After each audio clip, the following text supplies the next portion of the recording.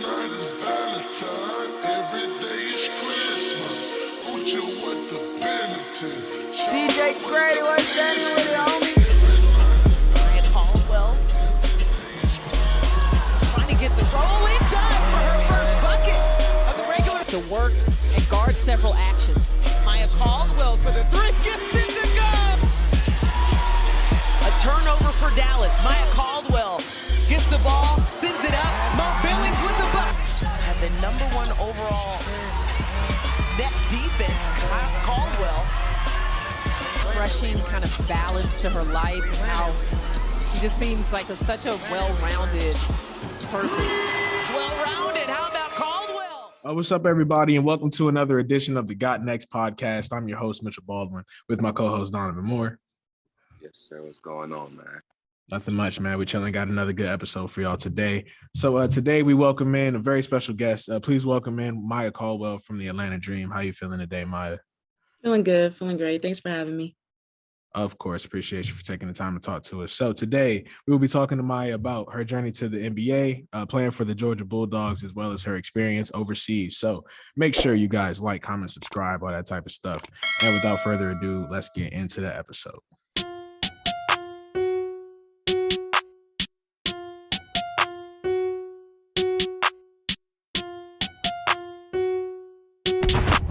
You ready, Playboy?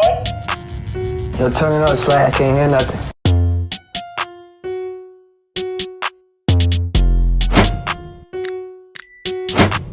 So, of course, we know who you are. We got to know you a little bit before the interview and things like that. But for the people that don't, could you just say your name, where you're from, and kind of just give them a little look into yourself, a little information about you?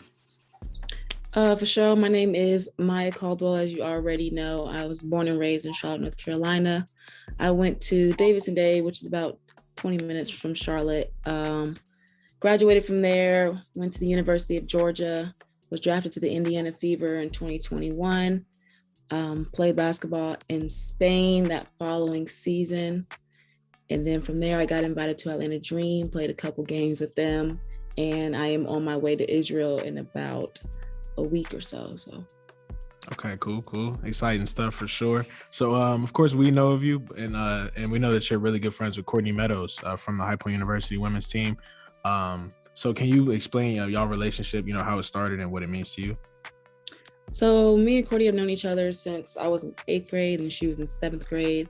I think she could agree that the first couple days that we met, we weren't the best of friends then.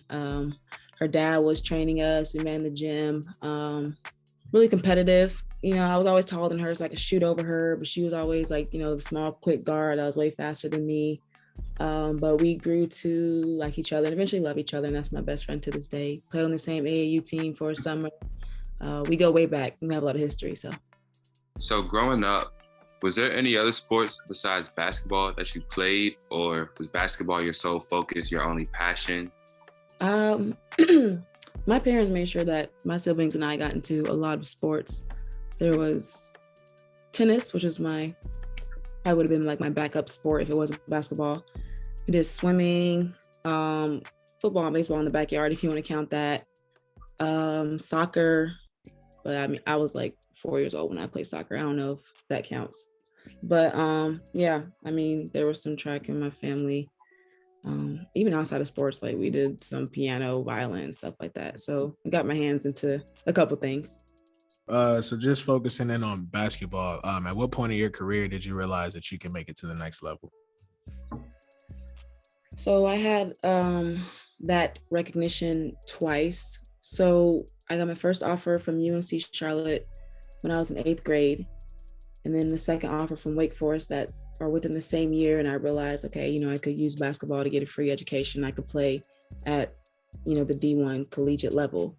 And then in college, it wasn't until the last couple games of my senior year, like the SEC tournament, NCAA tournament, when I realized I could probably go pro for real. Like I dreamed of it, but didn't really think I could actually do it until my last couple games of my senior year.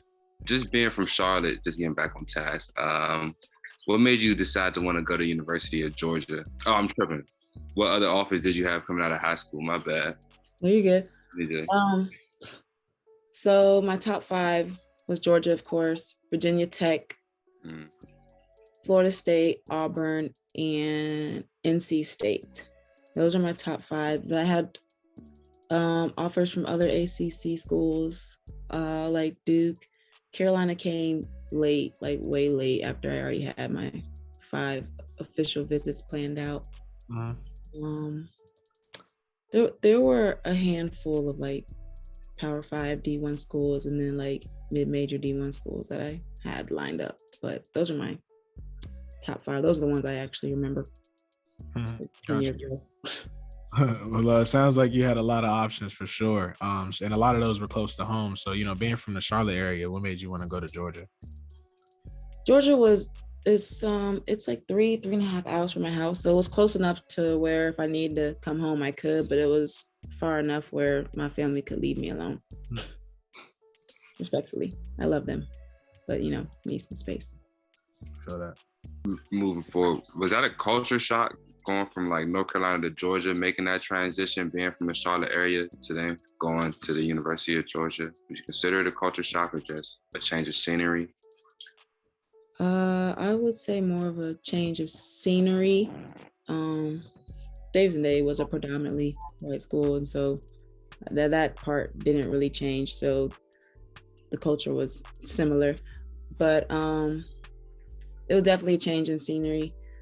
College I went to a public, like a really big public school. That's what Georgia is, public college. And then Davidson is like this really tiny private school. So it was a big change for me as far as on and off the court. Off the court, bigger classrooms, professors don't care. Even just walking around the campus, like our campus was huge. I took 5 steps to get from one class to another at Davidson Day, and I had to take 5 bus stops to get from one class to another at Georgia. So there was definitely a big difference. Getting to Georgia and facing teams like South Carolina, how did that help shape you as a competitor? And what was it like being able to compete against one of the best coaches in basketball history, and Don Staley? So playing any team in the SEC kind of toughens you up. I wouldn't say that I wasn't competitive, but going to Georgia, playing against teams like South Carolina and watching and playing against coaches like Don Staley really forces you to like have that chip on your shoulder, because at that level, nobody cares who you are. Like they're coming for your neck every single game, every single night. Whereas in high school, every team has like 2 or 3 really good players, and most of the team is just out there for fun. But in college, it's a completely different ball game, and it did not take long for me to get rid of that nonchalant, laid back play that I kind of grew up with. Yeah, Don Staley she's definitely one of the greatest coaches I've seen and played against. And to this day, like, I look up to her. There was an event that we had at Georgia where I was able to, because she was great friends with my coach, Joni Taylor. So I was able to like introduce her and talk to her. And she's really like the role model that you would want any young Black woman to look up to, especially one for sports. So I'm definitely grateful for the opportunity, but they're hardcore. After having played 4 years of collegiate basketball, and then, of course, you touched on a little bit playing on the professional level as well, what have been the most glaring differences you would say between the collegiate level and the professional game? I would say focusing on the mentality of it. I feel like in college, everybody, if you can play on the collegiate level in college, any sport, like you're an athlete, like you're really good, because it takes a lot to get there. But between college level players and professional level players, there's just a different mentality that pros already have. It's something you can develop in college. It's something I developed in college, but it's like just that go get it mentality, and that nobody is better than you. And you see that in a lot of college players. But when I got overseas and when I got into the league, like even when I was drafted, I didn't make Indiana Fever team, but in that training camp, you can see the difference. You can feel the difference when they're playing against you. Like the physicality is insane. I said it before, like nobody cares. They're coming for your neck every single time. But the pros, like the way they carry themselves, nobody is better than them. It doesn't matter what position they play. It doesn't matter what team you've been on. It doesn't matter how many rings you've had. When you step on the floor with them, they don't care who you are. Because at any given moment, it could be anybody's night. We've heard a lot about the NBA draft process, but haven't heard actually much about the women's side of that. So what was your experience with the WNBA draft process, and what do you think differs between the two? My experience with the whole process is it was kind of blindsided. I was kind of blindsided. I didn't know that I was getting drafted. I didn't really know that my name was in the rooms that it was in when it, flashed across the screen. But the biggest difference between the WNBA draft and the NBA draft is clearly numbers. In 2021, we only had 36 spots, 3 rounds, whereas the NBA draft goes on all night. Like it's very long. And I feel like we don't get to showcase all the talent that there really is out there because there's limited spots in the league.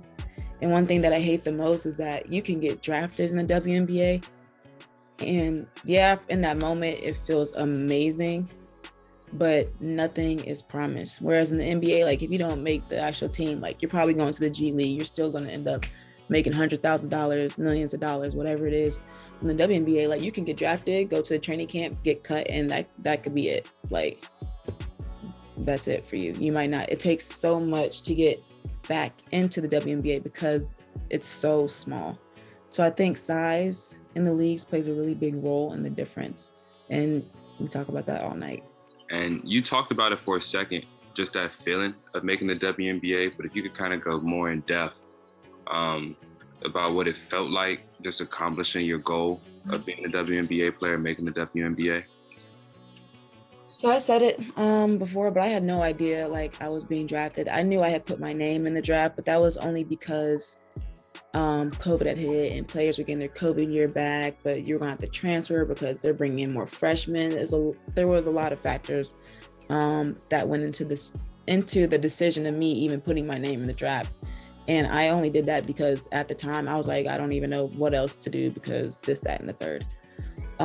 So I'm in my living room with my family, my siblings, my parents, and like cousin, aunt, and nobody really you have faith, you believe like there's a chance, but nobody's recording because no one has told us, hey, Indiana's talking about you, or Chicago wants to reach out, or Atlanta Dream is saying this, that, and the third about you. Like we've heard nothing. I think at one point Coach Joni did text me, or she called me and told me Tamika Catchings, who was the general manager for the Indiana Fever at that time, was supposed to be calling me or texting me, but she hadn't said anything. And that was like a week before. And so the day of the draft, she texted me, but it was like, draft night, good luck. I was like, you haven't been talking to me. I don't know what you're talking about. I don't know why you're texting me now. Like, it doesn't mean anything to me at the moment. But so we're all just watching. No one's recording or anything. Like, we're just hanging out. And my name flashes up on the screen. At the time, I'm like, it's not me. I don't know, maybe it's a Maya or somebody that looks like me. It just didn't make sense at the time. But everybody in my house just started screaming. And before I could even finish reading my name on the screen, I'm under like a dog pile of my entire family suffocating. But definitely the best night of my life. Tamika Catchings, she called me right after. She actually wanted to talk to me after that. But definitely one of the best nights of my life, and would not change anything about it. Absolutely. Definitely a great moment for sure. But you touched on it a little bit earlier. Eventually, that like things aren't promised, when you're going with the WNBA and you don't always have a G League to fall back on. So after eventually getting cut from the Fever, what was going through your mind at that time? So I was upset, like anyone would be. But looking back at it, I don't feel like I really showed them what they wanted to see. I felt like the cut made sense because I didn't go in there and I didn't go crazy for real. I was kind of just doing what I was supposed to do, playing it safe, to be honest. That's what I was doing.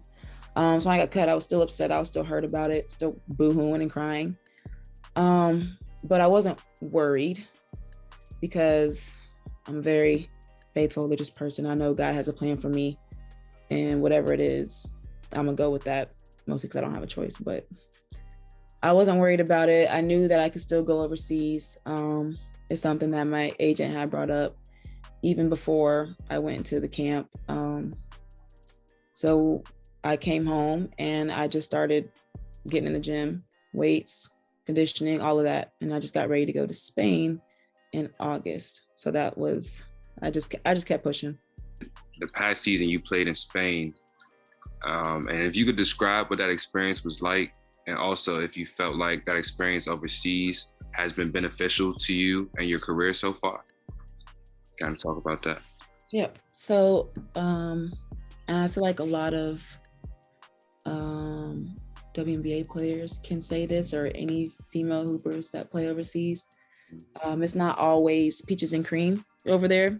I went to Spain, and I mean, I was on an island that belonged to Spain. It's called Gran Canaria. And for a while, like, there was no hot water. I didn't have an oven. I had 2 roommates. So you're not like, we didn't have a car. Like, you're not living lavish over there. But for me personally, looking back, I definitely saw how much I've grown as a player. That experience it just kind of forced me to be more aggressive, be a little more competitive, and really just tap into my best potential. So like before I went over there, I was playing at Georgia. I was playing on a team where everybody can hoop. And I get over there and you only have a few players that really know how to play basketball. Everybody else can play, but there's levels to it. And on top of that, coming over to Spain as the American, there's a lot of pressure, coaches, managers, presidents in your ear saying like, you're the American. If we lose, it's your fault. Like this, that, and the third, it's all on you. There was a game where I had 25 points and the coach told me that I was mentally weak. Don't ask me. We won. I don't know what that was about. I had no response. He said it in Spanish. I didn't understand him. But anyway, so there was just a lot of pressure on my shoulders when I kind of stepped onto the island. Eventually it wore off and I was able to just go get a bucket whenever I was supposed to. It became just like a habit.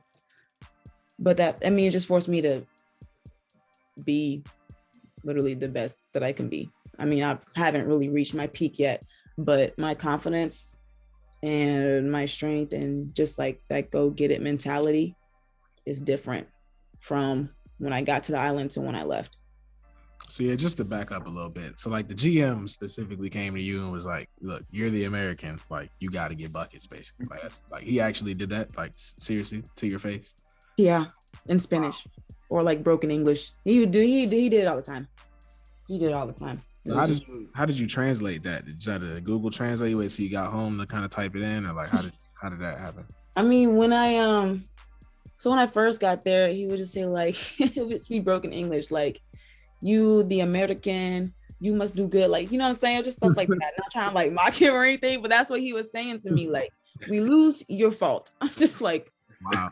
Thank you. And then eventually I was just kind of, it got to the point where I was like, okay, go away. I already know what you're going to say. Like, it got to that point. They was going to have them some Tarios on your line. Mm-hmm. They will.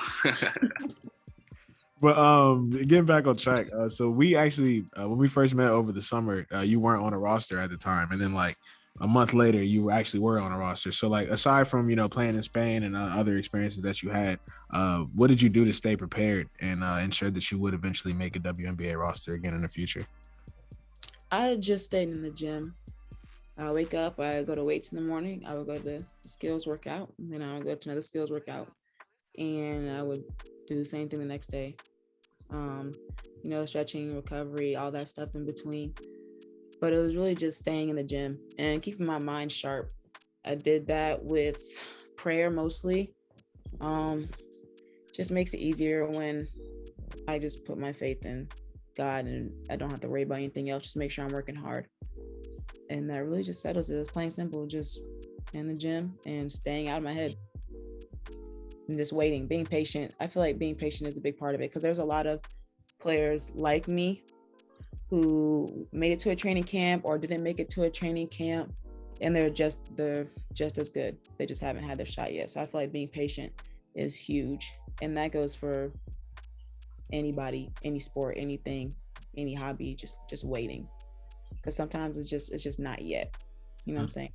So we could tell your patience definitely paid off, because one of the best games you actually had in your young WNBA career so far was against the Aces, the now champion Aces, and a familiar face that you played against a lot in college, Asia Wilson. So what was it like, just that game? I think you had about 18, 20 points that game. You just played really well. So what was it like, just that whole game, that experience, just putting it all together? That whole experience, whether it was against the Aces or any team just in the league this summer, was surreal. Unbelievable. It was amazing. Dream come true, all of that and more. But even to play against Asia Wilson again, because I remember playing against her in college, and there was one point where I was sitting on the bench, I swear she was 100% from the field and had 40 points. And there was just nothing we can do. But to see her and to play against her again, it was actually really cool. It was something I was kind of looking forward to, in a sense. It wasn't oh, I can't wait to play against Asia Wilson again, because she wasn't my matchup in college or anything like that.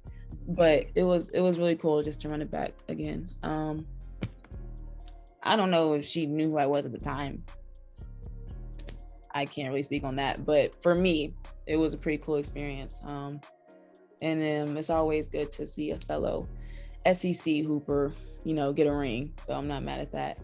Mm-hmm. And but that game, I just try to stay locked in. Nothing is promised as a player on a hardship contract, because you're really just kind of filling in for the injured players or the sick players. So your time on the court isn't promised. So every time I go to Atlanta, I just stay ready, just in case. So we just talked about you playing the Aces and stuff like that.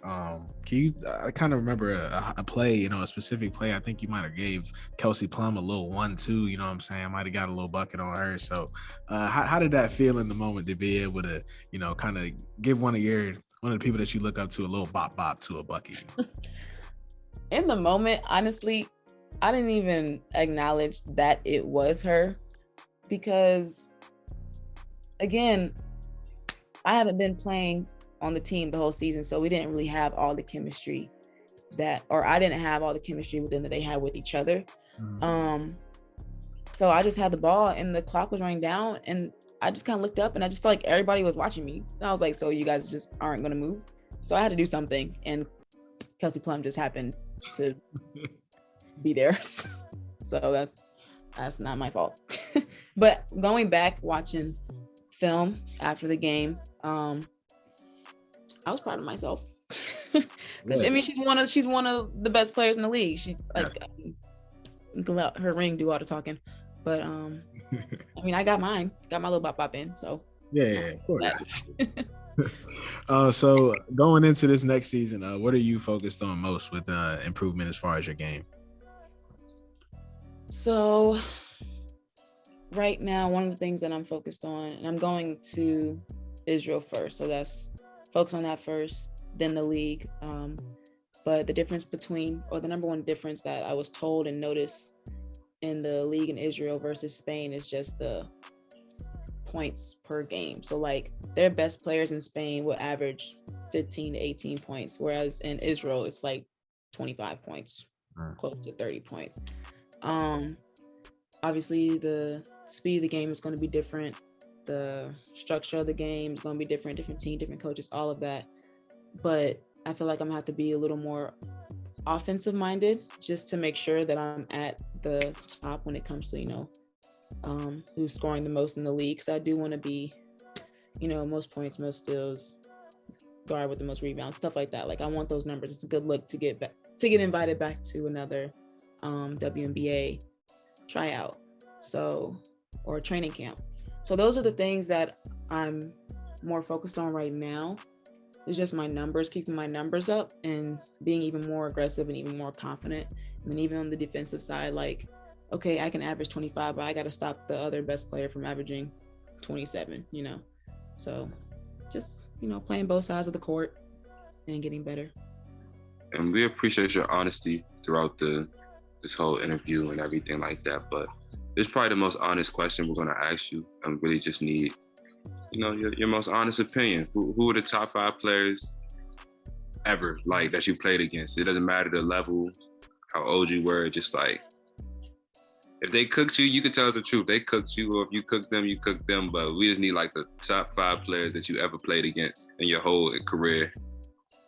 Top 5 players that I've ever played against in my whole career. And this is like all of my basketball career from like 4 years old. It could be Spain, it could be here, college, high school. Could have got your ankles broken in league ball when you was like 6. Like we right, like I wouldn't even remember that.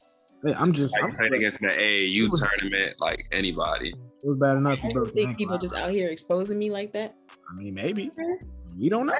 Everybody got their day. Tell me. I snitch on myself anyway if it happened.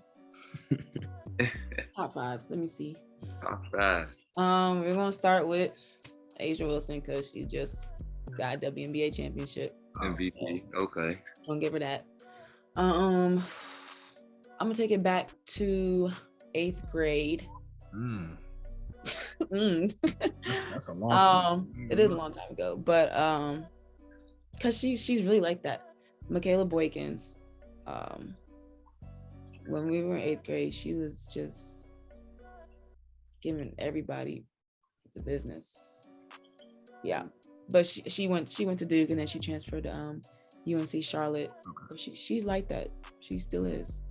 And then let me see. What I think about college. Ryan Howard. I remember we would beat them, which was like Kentucky. We beat them by like 20 points, 15, 20 points. She would still have 35. I don't know how she got it, but she could get it every single game. That's 3. Mm-hmm. Okay. South Carolina. The whole team, the whole bench. Yep. Okay. Team, bro.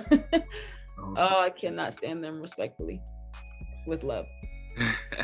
Just the coach giving people buckets too, the whole thing. That's what I'm saying. Like, right.